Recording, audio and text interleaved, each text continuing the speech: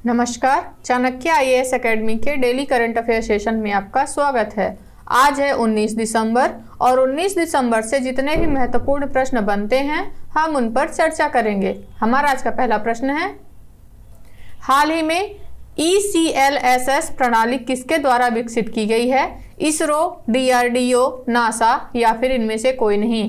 तो अभी हाल ही में इसरो द्वारा ECLSS प्रणाली विकसित की गई है। इसरो के अध्यक्ष एस सोमनाथ ने घोषणा की है कि अंतरिक्ष एजेंसी स्वतंत्र रूप से पर्यावरण नियंत्रण और आगामी गगनयान मिशन के लिए लाइफ सपोर्ट सिस्टम यानी कि ECLSS का विकास करेगी। गगनयान परियोजना का उद्देश्य मानव अंतरिक्ष उड़ान में भारत की क्षमताओं को प्रदर्शित करना है ताकि 2025 तक एक दल को 400 किलोमीटर की कक्षा में ले जाया जा सके। इसरो सक्रिय रूप से प्रौद्योगिकियों पर काम कर रहा है जिसमें डेटा को संश्लेषित करना, विफलताओं की भविष्यवाणी करना और अंतरिक्ष अभियानों के दौरान अंतरिक्ष यात्रियों की सुरक्षा के लिए तुरंत निर्णय लेना शामिल है। हमारा आज अगला प्रश्न देखेंगे, हाल ही में BCCI की ओर से किस क्रिकेटर के लिए अर्जुन अवार्ड की सिफारिश की गई है? सूर्य कुमार यादव, मोहम्मद शमी, कुलदीप यादव या फिर KL राहुल। तो अभी हाल ही में मोहम्मद शमी के लिए अर्जुन अवार्ड देने की सिफारिश की गई है। BCCI की ओर से भारत के तेज गेंदबाज मोहम्मद शमी का नाम अर्जुन अवार्ड के लिए भेजा गया है। BCCI ने खेल मंत्रालय से मोहम्मद शमी के नाम की सिफारिश की है। वनडे वर्ल्ड कप 2023 में मोहम्मद शमी ने शानदार प्रदर्शन करते हुए सबसे ज्यादा विकेट लेने वाले गेंदबाज बने थे। मेजर ध्यानचंद खेल रत्न अवार्ड के बाद अर्जुन अवार्ड खेल के क्षेत्र का भारत का दूसरा सबसे बड़ा अवार्ड है। हमारा अगला प्रश्न देखेंगे, हाल ही में किस संस्थान द्वारा पानी से आर्सेनिक और धातु आयनों को हटाने के लिए Amrit nano scales iron oxyhydroxide विकसित किया गया है? IIT Guwahati, IIT Madras, IIT Kharagpur या फिर IIT भुवनेश्वर। तो अभी हाल ही में IIT मद्रास द्वारा पानी से आर्सेनिक और धातु आयनों को हटाने के लिए nano scales iron oxy hydride विकसित किया गया है। IIT मद्रास द्वारा पानी से आर्सेनिक और धातु आयनों को हटाने के लिए Amrit nano scale iron oxyhydroxide विकसित किया गया है। जब Amrit nano scales iron oxyhydroxide में से पानी गुजारा जाता है तो यह आर्सेनिक को हटा देता है। सरकार जल आपूर्ति और जल गुणवत्ता से संबंधित मुद्दों को हल करने के लिए IIT जैसे शैक्षणिक संस्थानों के साथ काम कर रही है। हमारा आज अगला प्रश्न देखेंगे, हाल ही में वार्षिक global partnership on artificial intelligence शिखर सम्मेलन का उद्घाटन किसने किया है? नरेंद्र मोदी, धर्मेंद्र प्रधान, अमित शाह या फिर निर्मला सीतारमण। तो अभी हाल ही में प्रधानमंत्री नरेंद्र मोदी द्वारा वार्षिक global partnership on artificial intelligence शिखर का उद्घाटन किया गया है। प्रधानमंत्री नरेंद्र मोदी ने नई दिल्ली के भारत मंडपम में वार्षिक global partnership on artificial intelligence शिखर सम्मेलन का उद्घाटन किया है। इस शिखर सम्मेलन का मुख्य लक्ष्य AI से संबंधित प्राथमिकताओं पर अत्याधुनिक अनुसंधान और व्यावहारिक गतिविधियों का समर्थन करके AI पर सिद्धांत और व्यवहार के बीच के अंतर को पाटना है।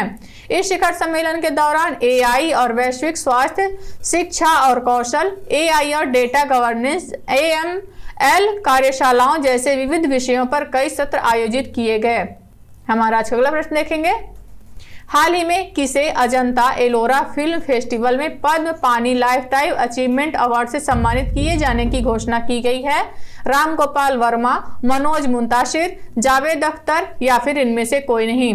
तो अभी हाल ही में जावेद अख्तर को अजंता एलोरा फिल्म फेस्टिवल में पद्म पानी लाइफ टाइम अचीवमेंट अवार्ड से सम्मानित किए जाने की घोषणा की गई है। गीतकार पटकथा लेखक जावेद अख्तर को अजंता एलोरा फिल्म फेस्टिवल में पद्म पानी लाइफ टाइम अचीवमेंट अवार्ड से सम्मानित किए जाने की घोषणा की गई है। यह पुरस्कार समारोह MGM विश्वविद्यालय परिसर के रुक्मिणी सभागार में होगा। इस पुरस्कार समारोह का आयोजन 3 से 7 जनवरी 2024 तक Marathwada art culture and film foundation द्वारा किया जा रहा है। हमारा अगला प्रश्न देखेंगे, हाल ही में अंतर्राष्ट्रीय लैंगिक समानता पुरस्कार 2023 से किस देश की NGO को सम्मानित किया गया है? भारत, अफगानिस्तान, पाकिस्तान या फिर बांग्लादेश। तो अभी हाल ही में अफगानिस्तान की एनजीओ को अंतर्राष्ट्रीय लैंगिक समानता पुरस्कार से सम्मानित किया गया है।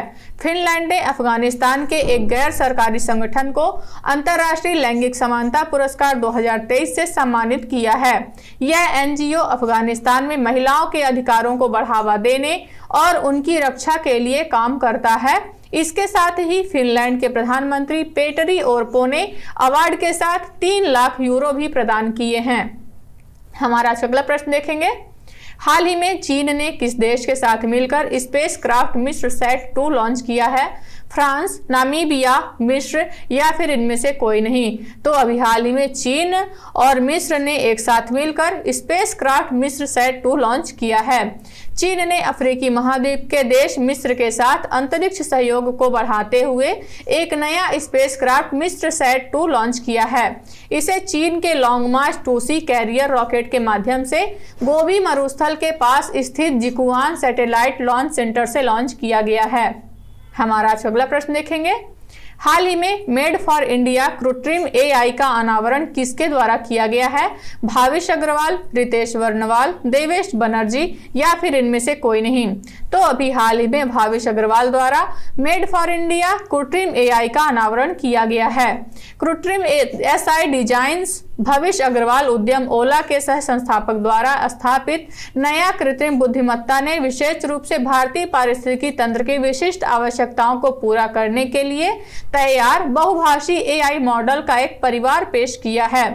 कृत्रिम प्रो नाम के मॉडल को 22 भारतीय भाषाओं में संचालित करने के लिए डिजाइन किया गया है, जो भारत की पहली लागत संरचनाओं में सांस्कृतिक जुड़ाव और पहुंच पर जोर देता है। हमारा अगला प्रश्न देखेंगे। हाल ही में अंडर 16 के लिए सोशल मीडिया सीमाएं किस देश द्वारा लागू किए जाने पर विचार किया जा रहा है? अमेरिका, यूके, जापान या फिर कनाडा? तो अभी हाल ही में यूके गवर्नमेंट ने अंडर 16 के लिए सोशल मीडिया सीमाएं लागू करने पर विचार कर रहा है। ऑनलाइन सुरक्षा अधिनियम के हालिया कार्यान्वयन के बावजूद प्रधानमंत्री ऋषि सुनक के नेतृत्व वाली यूके सरकार ने 16 वर्ष से कम उम्र के किशोरों को ऑनलाइन खतरों से बचाने के लिए अतिरिक्त उपायों पर विचार कर रही है। ऑनलाइन सुरक्षा अधिनियम एक ऐतिहासिक कानून है जो सोशल मीडिया प्लेटफॉर्मों को नाबालिगों के हानिकारक सामग्री से बचाने या भारी जुर्माना का सामना करने के लिए बाध्य करता है।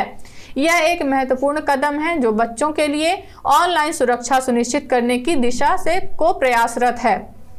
हमारा अगला प्रश्न देखेंगे। हाल ही में किसने इनोवेशन मूविंग इमेजेस में अंतर्राष्ट्रीय प्रतियोगिता के तहत सर्वश्रेष्ठ फिल्म का पुरस्कार जीता है? चिल्ड्रन ऑफ नोबडी, मोन पोटोंगो, चलचित्रा एक खून या फिर इनमें से कोई नहीं। तो अभी हाल ही में चिल्ड्रन ऑफ नोबडी ने इमेजेस में अंतर्राष्ट्रीय प्रतियोगिता के तहत सर्वश्रेष्ठ पुरस्कार जीता है। 29वें कोलकाता अंतर्राष्ट्रीय फिल्म महोत्सव के दौरान Israeli film children of nobody ने इनोवेशन मूविंग इमेजेस में अंतर्राष्ट्रीय प्रतियोगिता के तहत सर्वश्रेष्ठ फिल्म का पुरस्कार जीता है। 29वें कोलकाता अंतर्राष्ट्रीय फिल्म महोत्सव के दौरान 39 देशों की 219 फिल्में कोलकाता के विभिन्न स्थानों पर प्रदर्शित की गई थी। 29वें कोलकाता अंतर्राष्ट्रीय फिल्म महोत्सव का आयोजन पश्चिम बंगाल सरकार के सूचना और सांस्कृतिक मामलों के विभाग द्वारा 5 से 12 दिसंबर 2023 तक कोलकाता में किया गया था। तो ये रहे आज के हमारे कुछ महत्वपूर्ण प्रश्न। आशा करते हैं चाणक्य आईएएस एकेडमी द्वारा चलाया जा रहा करंट अफेयर सेशन आपको पसंद आ रहा होगा। हमारे ऐसे और भी कंटेंट से जुड़ने के लिए चैनल को सब्सक्राइब करें और बेल आइकन दबाना ना भूलें। धन्यवाद।